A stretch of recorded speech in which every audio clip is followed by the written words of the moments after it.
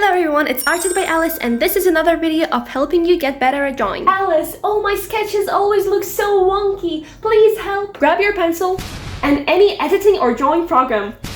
Girl, what do I need the iPad for? Is this cheating? No. Just trust the process. It's always best to start with the most important aspect of whatever it is that you're drawing. If it's an animal, it's usually the head of it. Always try to visualize the item as many simple shapes. For example, the head is similar to a circle. And then on that circle, I see which parts are flat and which ones are curved. And those flats and curves are what sculpt this circle to look like the dog's head. We are sketching the animal part by part. So I don't just go with one single line that goes from the ear to the toe. I don't do that. Instead, I split it into parts. So I drew the head, then I drew the snout, then I drew the ears. And after drawing each single part, you compare them to the others and see if you got the proportions right. For that, you need to see the ear not as the dog's ear, but just a simple shape.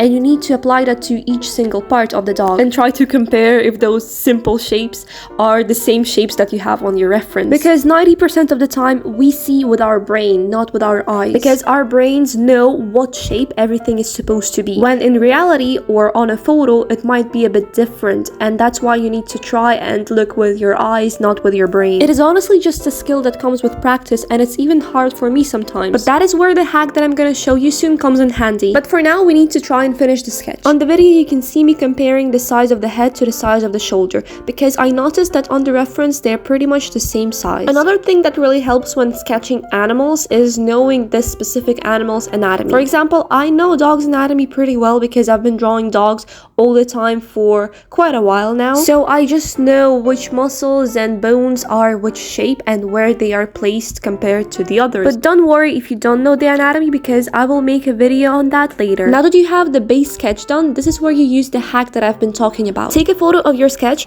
make sure that it's positioned right. Then open your editing or drawing program. For me, it's Procreate. Add your reference photo, and then on a different layer, add the photo that you took of your sketch that you just did. Turn the opacity of your sketch down to like 60% and then adjust it to fit your reference photo. I usually prioritize fitting the head correctly, and then I can just redraw the body if it's a bit off. Because for me, the head is usually the part that I get the most right. So if the head matches the reference very well already, I can kind of use it as a guide for the body in terms of proportion. As you can see, in this case, my sketch turned out not very accurate from the first go because this angle was a bit unusual for me. But now that I have my original reference and sketch overlapped in one photo, I can clearly see which lines went wrong and how I can fix them. A trick similar to that is often used by artists who paint big murals on walls. They first cover the wall with random doodles, then take a photo, overlap it with their reference, and this doodle grid just helps them kind of orientate. Anyways, back to my drawing. I was kind of shocked and disappointed in myself for how badly I drew the body of the dog, but it's okay. Some sketches turn out very accurate from the first go, some don't. It's fine. Even if my sketch looks really good from the beginning, I still always do this trick of checking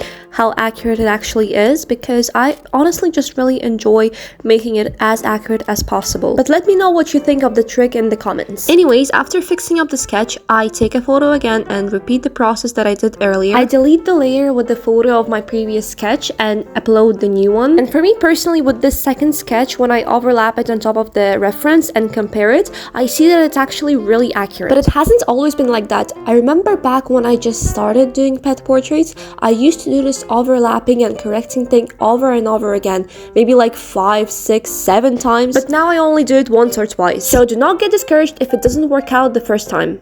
When I do the second check, I just fix up the smallest details because, as I said earlier, I just really enjoy making it look as accurate as possible. I will not be adding any hatching or dimension to this sketch because it was made specifically for painting or coloring purposes. And ta-da! You've got a super accurate sketch. Check out these 2 videos that I made to help you color it with color pencils like a professional artist and turn it into this. Wow! Anyways, I hope you found this video helpful. This was Arted by Alice. Bye! Ready? Grab your pencil and any it's cute. And any editing or drawing program.